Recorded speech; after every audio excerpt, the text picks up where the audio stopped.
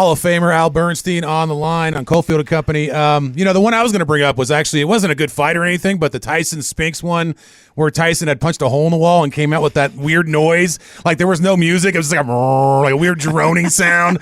Then he just comes out and like dispatches of the guy in 30 seconds. That was pretty crazy to me. But you brought up the, the Mayweather and Pacquiao fight. And I was wondering, could this fight this week kind of be the fight we thought we were getting there with the classic boxer versus puncher matchup type thing, because you don't think one of these guys is going to be running around like Mayweather did that whole fight? Well, this fight is interesting because Crawford's not a classic boxer. He's more of a boxer-puncher. So we're not going to see him doing too much movement. He'll move, and he'll use angles for sure. And Canelo, a counter-puncher, but obviously the bigger puncher of the two men. Neither man is a volume puncher. So the hopes of having a really exciting matchup, I think, depend on both men maybe upping their volume a little bit in this fight, or having each maybe. Well, Canelo is the one that Alvarez is kind of the one that we would anticipate maybe doing a little more damage and getting the other in trouble because Canelo Alvarez has an amazing chin, and of course he's the bigger man.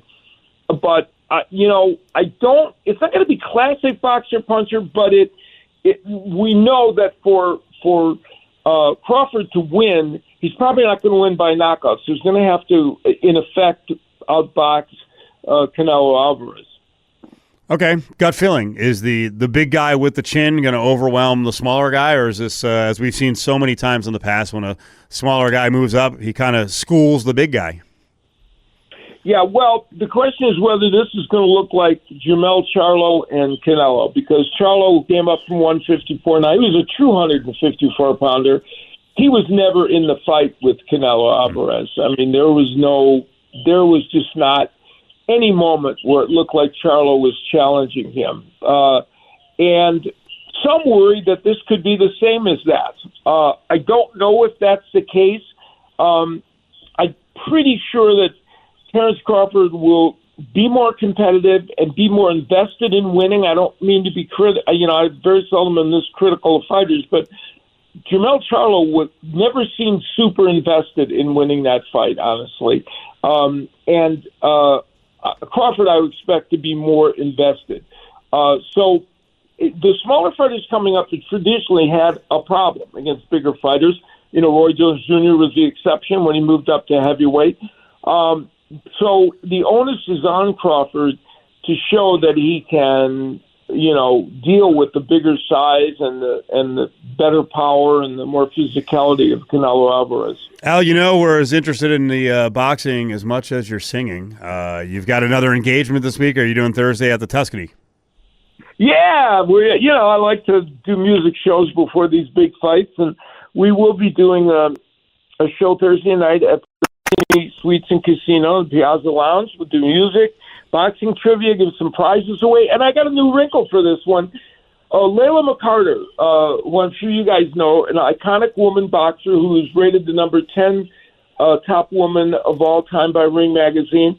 I'm going to have her as my special honored guest, and we're going to kind of pay tribute to her a little bit at the show. So I thought that would add another wrinkle to the evening. And she's such a lovely person, and I think she's a member of the Nevada Boxing Hall of Fame, but I feel like I want to honor her a little bit more. So we'll have lots of fun music, people win prizes, and they can meet Layla McCarter, a great champion. Al, jog my memory. How many stadium fights, or this isn't outdoor, but how many stadium fights have you called in the past or been at? That's a good question. Well, I did several at Wembley Stadium. A couple of them with Anthony Joshua with 90,000 people there. That was staggering. Jeez. I mean, that was just so exciting. Him against Klitschko, which was a wildly exciting fight, and him against one or two other fighters.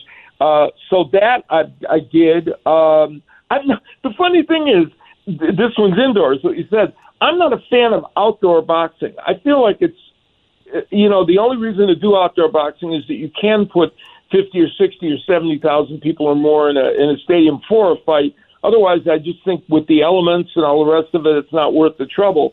But the ones I did with him were of recent vintage. I think the ones that I can most remember of doing, outdoors at a stadium. I'll tell you what I'm not a fan of. Exhibition matches. Mayweather Tyson, Jake Paul, and Tank. Listen, I know they could be draws. I guess it shines some kind of light on boxing. I don't know what we're doing, Al. No, I look at all of the novelty fights as one-offs. Okay. The only one that is slightly different, that's hard to look at as a one-off, is Paul against Gervonta Davis, because that takes a real fighter out of the loop. Yep. All the other ones, it's like, okay, whatever, go do your thing. And I've announced some of those, so I'm not going to be a hypocrite.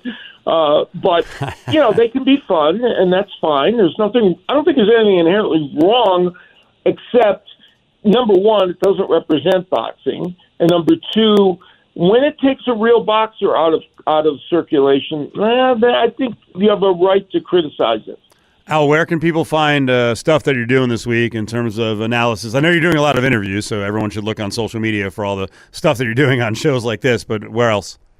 Yeah, if they go on YouTube, I'm doing some reports it's on the Salida Promotions channel. I'm doing a bunch of my Hot Topic shows and things of that nature there, and they can take a peek at that. And I've been everywhere for the last 5 days. So somehow by accident they're going to find me, right? There you go. One more time, tell people about the show. What's going on Thursday? Yeah, fun night, I hope. Shows at 8:00 and 9:30 at the Piazza Lounge at the Tuscany. No cover charge, so just come over, have a couple cocktails if you want, and enjoy the music. We're going to have music of all kinds, and boxing trivia, give some prizes away, and honor Layla McCarter. So hopefully it'll be a fun evening. By the way, I know you're being sarcastic. You're like, fun time, I hope. Greg, as an example, is a stand-up comedian, and he's very hard on himself. Al, have you done a show? Have you sang somewhere? And you were like, afterwards, you're like, that was terrible. I hated that. I'm going to be honest. I've done shows where I said to myself, I didn't like everything I did, and I'm probably harder on myself because I don't do it all the time, right? Yeah. If you're a person that performs all the time, you throw it aside. It's like a relief pitcher. Oh, that one didn't work, but I'll be back tomorrow. But when you only perform every couple months or something or whatever, you tend to be a little more. So I have that. I have one or two that I wasn't crazy about. I wonder what it's like to get to the point as a performer where you're like, you know what, I just want the money, and I know I'm not what I used to be because I'm just going to make a reference, and I don't want to beat up on the guy, but my girlfriend is going to see Motley Crue, and I've seen some of Vince Neil on some of these videos, and I'm like, oh my God. Yeah. I mean, God bless him. He's making money. People still want to go see it, but I sense that, Al, you have a pride where you're like, no, I want to be good. I just don't want to go out. And you're not getting paid for this anyway, but I want to be good. I'm just not going to cash a check. I have to achieve. And there's all levels of good.